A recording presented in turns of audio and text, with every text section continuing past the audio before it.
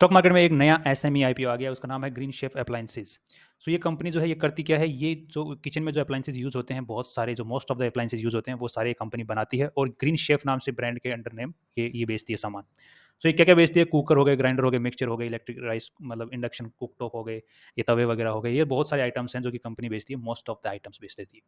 अब ये कंपनी बोल रही है कि ये जो है ऑनलाइन और ऑफलाइन दोनों तरीकों से अपना माल बेचती है। मोस्टली इसके जो फ्लिपकार्ट के अगर आप चेक करोगे तो इस ग्रीन शेफ के अंडर में आपको बहुत सारे प्रोडक्ट्स मिल जाएंगे। जेन्युइन है कंपनी, और प्रोडक्ट्स भी इसके ऑनलाइन मार्केट में बिक रहे हैं अच्छे खासे, क्योंकि हमने खुद नहीं मंगवाए थे, इसलिए बता रहे हैं।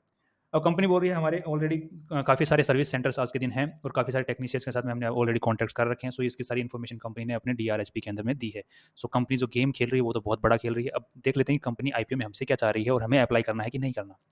So most of the company बोल रही है कि 87 रुपये का एक स्टॉक हम प्राइस रखा है हमने आईपीओ के अंदर, और तकरीबन लॉट साइज हमने रखा है 1600 शेयर्स का। तो टोटल आपको एक आईपीओ की फाइल लगाने के लिए 1,39,200 रुपये की जरूरत पड़ने वाली है। और कंपनी इस आईपीओ के थ्रू 53 करोड़ रुपीज जो है स्टॉक मार्केट से उठाना चाहती है, और सारा का सारा जो पैसा है वो कंपनी के पास में ही जाने वाला है। जो कंपनी में ऑलरेडी इन्वेस्टेड शेयर होल्डर्स हैं वो अपने शेयर्स नहीं बेच रहे हैं, उनको भी भरोसा है कंपनी के अंदर। अब इसके अंदर एक पॉजिटिव न्यूज़ ये है कि कंपनी का जो ये आईपीओ लेके आया उसका लीड मैनेजर जो है हेम सिक्योरिटीज़ वाले हैं, और हेम सिक्योरिटीज़ का अभी तक का ट्रैक रिकॉर्ड रहा है, काफ़ी अच्छे इनके आईपीओ परफॉर्मेंस देते हैं। और एक चीज़ और यहाँ पे पॉजिटिव है कि जो हेम सिक्योरिटीज़ है वो ही इनका मार्केट मेकर है। So most of the times ये देखा गया कि जब लीड मैनेजर और मार्केट मेकर्स एक ही कंपनी के होते हैं तो उन आईपीओ की परफॉर्मेंस अच्छी देखने को मिलती है। सो एक तो ये पॉजिटिव पॉइंट हमें शुरू में ही देखने को मिल गया। अब यहाँ पर कंपनी जो है कितने रुपए उठा रही है, 53 crore and 62 lakh rupees market से उठा रही है। तो ये कंपनी बोल रही है मैं किस काम में लूंगी इस पैसे को, तो यहाँ पर बोल रही है कि नए मशीनरी, क्योंकि हमारा जो माल है बहुत ज़्यादा बिक रहा है, तो हमें नई मशीनरी एडिशनल जो प्लांट्स होते हैं उनको सेटअप करने के लिए पैसा चाहिए, फैक्ट्री सेटअप करने के लिए पैसा चाहिए, और वर्किंग जो कैपिटल होती है उसके लिए चाहिए। वर्किंग कैपिटल मतलब और माल खरीदने के लिए पैसा चाहिए। अब यहाँ पे कंपनी अब तक कमा कितना रही है, और उसके बाद में हम चर्चा करेंगे कि हमें लगाना चाहिए, वैल्यूएशन क्या मांग रही है उसके बारे में। और यहाँ पे लेटेस्ट जो रिजल्ट कंपनी ने यहाँ पे दिया है वो दिया है मार्च 2022 तक का जो रिजल्ट है। वहां तक कंपनी बोल रही है कि हमने मार्च 2021 से लेके मार्च 2022 तक हमने, ये तकरीबन एक साल पहले की बात है, मतलब 2 साल हो गए। तो टोटल उस वक्त बोल रही 337 करोड़ का हमने टोटल माल बेचा, और उसमें से हमने जो टोटल प्रॉफिट कमाया वो 82 लाख रुपए कमाया। सो यहाँ पर जो मार्जिन है वो तो बिल्कुल मतलब है ही नहीं, खत्म ही है। अब हो सकता है कि कंपनी मार्जिन ना कमा रही हो, ताकि मार्केट के अंदर एक अच्छा खासा पहले नाम बना ले, एक ब्रांड नेम क्रिएट कर ले, उसके बाद में मार्जिन स्टार्ट करे, अच्छा खासा बाद में मार्जिन निकल पाए। तो ये हो सकता है मार्जिन ना कमाने का ये कारण रहे, क्योंकि कंपनी का माल तो बहुत बिक रहा है, 337 करोड़ अपने आप में बड़ा नंबर है। उसके बाद में 82 करोड़ रुपए कंपनी ने कमाए हैं, इंटरेस्ट इंटरेस्ट सैलरी वैलरी सब कुछ कट कुटा के। उसके बाद में नेट प्रॉफिट कमाया था कंपनी ने। आज के दिन जो कंपनी 22 मार्च 2022 की बात हम लोग यहाँ पे कर रहे हैं, तो ये टोटल बोरोइंग कंपनी के पास थी वो 66 करोड़ रुपए की थी, लॉन्ग टर्म बोरोइंग। और कंपनी का जो खुद का पैसा है जो कि इन्वेस्टर्स ने इन्वेस्ट कर रखा है, और कंपनी ने अब तक जो कमा कमा के इकट्ठा किया वो है 48 करोड़ का। और कंपनी के पास में 180 करोड़ के एसेट्स हैं, मतलब 180 करोड़ की बिल्डिंग, लैंड, कंपनी के पास में माल, और जो एसेट्स हैं गुडविल, ट्रक वर्क भी होंगे, गाड़ी वाड़ी भी होंगी, कंप्यूटर्स भी होंगे, रॉ मटेरियल भी होगा। तो सारा का सारा जो उसका आज के दिन वैल्यू है वो है 179 करोड़ रुपीज़ का। और वो 179 करोड़ में जो वो माल आया है उसमें से 66 करोड़ का तो उन्होंने लोन लिया है, उससे खरीदा है, लॉन्ग टर्म लोन है। और दूसरा कंपनी के जो इन्वेस्टर्स ने 48 करोड़ रुपीज़ लगाए हैं, और बाकी जो पैसा है वो शॉर्ट टर्म लोन के अंदर में, मतलब वो एक साल के अंदर अंदर चुकाना है। अब कंपनी हमसे क्या चाह रही है, तो कंपनी बोल रही है कि हमें 53 करोड़ रुपीज़ चाहिए, ताकि हम ये शॉर्ट टर्म लोन और सिर्फ थोड़ा बहुत लॉन्ग टर्म लोन भी थोड़ा बहुत चुका पाएँ, तो कि हमारे पास में जो पीछे जो नेट मार्जिन है वो बच पाए भाई थोड़ा बहुत। तो बात तो सही है। तो कंपनी हमसे पैसे कितना मांग रही है, और आज के दिन कंपनी अपनी जो ये कंपनी है जो ग्रीन शेफ नाम से, इसकी टोटल वैल्यू कितनी लगा रही है अपनी कंपनी की। तो उसकी अगर हम बात करते हैं तभी तो हम पता लगा पाएंगे कि हमें इन्वेस्ट करना है आज, या फिर इंतजार करना है कि जब लिस्ट हो जाए उसके बाद इन्वेस्ट करें। सो उसकी अगर बात करते हैं तो कंपनी टोटल स्टॉक्स आज के दिन, थोड़ा सा हमें एमसीए की वेबसाइट के ऊपर एक बार चेक करना पड़ेगा। अभी तो हमारा जो कंपनी लगा रही है 202 करोड़ रुपए आज के दिन अपनी पूरी कंपनी की वैल्यू लगा रही है। तो इस हिसाब से कंपनी कमाई कितना कर रही है अगर उसकी बात करते हैं, तो एज पर दिस डेटा यहाँ पर कंपनी ऑन एन एवरेज जो 2020, 2021, 2022 के जो रिजल्ट्स हैं 3 कंपनी ने जारी किए थे, उनका अगर हम एवरेज ले लेते हैं तो कंपनी ने पर ईयर 2 करोड़ रुपए के आसपास में ऑन एन एवरेज कमाया है। यहाँ पर थोड़ा सा बहुत ही ज़्यादा बैंड बजी है 2022 के अंदर, बट हम लोग एवरेज लेते हैं 2 करोड़ के आसपास में कंपनी कमाया। तो 2 करोड़ का अगर हम यहाँ पर डिवाइड करते हैं तो यहाँ पर पीई जो आ रहा है वो 100 का आ रहा है, 100।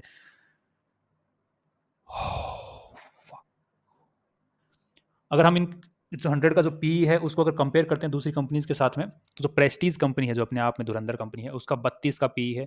हॉकिन कुकर्स का जो है उनका जो है 40, और स्टॉप क्राफ्ट जो पिजन, जो अपने कंपनी का नाम जानते हैं, pigeon and black and decker जो कंपनी ये स्टॉप क्राफ्ट की है, तो उसका जो पी है वो 25 का है। और बटरफ्लाई जो कि यही कुकर वगैरह अप्लाइंसेस बनाती है, आपको फ्लिपकार्ट पे मिल जाएंगे इनकी सभी जो प्रोडक्ट्स होते हैं वो उसका पी है 128। तो 100 का पी अपने आप में बहुत बड़ी चीज़ है। दूसरी चीज़ हम लोग यहाँ पे देखते हैं पी बी रेशियो, कि आज के दिन कंपनी अपनी कंपनी की जो वैल्यू है, जो ग्राउंड वैल्यू है, उसके मुकाबले कंपनी आज के दिन हमसे कितने वैल्यूएशन के ऊपर पैसा मांग रही है। तो अगर उसकी बात करते हैं तो कंपनी का यहाँ पर डेटा दिया हुआ है। एज पर रिसेंट डेटा दिसंबर 2022 कंपनी के 35 रुपये का आज के दिन ग्राउंड वैल्यू है, और कंपनी हमसे कितने पैसे मांग रही है, 87 रुपये। सो यहाँ पर हमारे 2.5 का पीबी रेशियो है। सो 2.5 का जो पीबी रेशियो है कॉम्पिटिटर्स के अंदर सभी से, सारे जितने भी कॉम्पिटिटर्स हैं उनमें सबसे अच्छा इसी का है। अगर हम ध्यान से यहाँ पे देख पा रहे हैं, प्रेस्टीज का जो पीबी रेशियो है वो तकरीबन है 6 के आसपास में। हॉकिन कुकर्स का जो पीबी रेशियो है वो 15 के आसपास में है। और जो पिजन का है इसका तकरीबन 3 4 के आसपास में है, 3.5 4 के बीच में है। और बटरफ्लाई का जो है वो तकरीबन आपको मिलेगा 9 के आसपास में मिलेगा। सो इन सभी कॉम्पिटिटर्स के बीच में सबसे जो अच्छा पीबी रेशियो है वैल्यूएशन के हिसाब से, वो इसी कंपनी का जो आईपीओ लेके आ रही है। बट यहाँ पर इसकी रिसर्च, आईपीओ की रिसर्च करते वक्त हमें एक बहुत अच्छी कंपनी मिली है, स्टॉपक्राफ्ट, जो पिजन वाला है। इसके जो वैल्यूएशन है काफ़ी अच्छे लेवल के ऊपर अवेलेबल है। अगर आपको ये किचन अप्लाइंसेस रिलेटेड किसी भी कंपनी में इन्वेस्ट करना है तो स्टॉपक्राफ्ट जो है पिजन वाली जो कंपनी है उसके अंदर इन्वेस्ट कर सकते हैं। उसकी वैल्यूएशन काफ़ी अच्छे लेवल के ऊपर अवेलेबल है आज के दिन। तो 432 का जो स्टॉक चल रहा है और इसका जो बुक वैल्यू है 110 के आसपास में है, और कंपनी की जो ग्रोथ रेट है वो भी काफ़ी अच्छी है। मतलब चलो दूसरी चीज़ की रिसर्च करें तो कुछ दूसरी चीज़ मिल गई यहाँ पर अच्छी। इसके बारे में हम लोग और रिसर्च करेंगे अगले वीडियोज़ के अंदर आने वाले, और ताकि हम पूरा एक निष्कर्ष निकाल पाएँ कि कहाँ तक इसका टारगेट रह सकता है अपने आने वाले टाइम के अंदर। सो अगर हम इस आईपीओ की बात करते हैं ग्रीन शेफ की, तो इसका जो लीड मैनेजर है उसके हिसाब से पॉजिटिव है, काफ़ी अच्छी new lead manager Hem securities. But इसकी जो पीई रेशियो है जो कि कमाई कर रही है कंपनी, वो बहुत कम कर रही है। जिसके हिसाब से कंपनी ने अपना प्राइस रखा है उसके हिसाब से बहुत कम कमाई कर रही है। इसको हिसाब से कमाई करनी चाहिए एटलीस्ट तकरीबन 10 करोड़ के आसपास सालाना कमाई करनी चाहिए एटलीस्ट। तभी तो इसका जो वैल्यू है 202 करोड़ का इसने वैल्यू मांगा आज के दिन कंपनी का, वो उसको जस्टिफाई कर पाएगी। बट यहाँ पे 2 करोड़ की कमाई करके उन्होंने एवरेज, यार कम ऑन यार। अगर अगर इस चीज़ को मानते हैं कि इसके जो सेल है जो कि आज 337 करोड़ की है सालाना, ये कल को अगर पीजन या उनके बराबर में पहुंच भी जाती है, जैसे पीजन की 1100 करोड़ की है सालाना की सेल, तो उसके अगर आसपास में पहुंचती भी है तो 3 गुना, तो 3 गुना के हिसाब से 2 करोड़ का 6 करोड़ रुपये हुआ।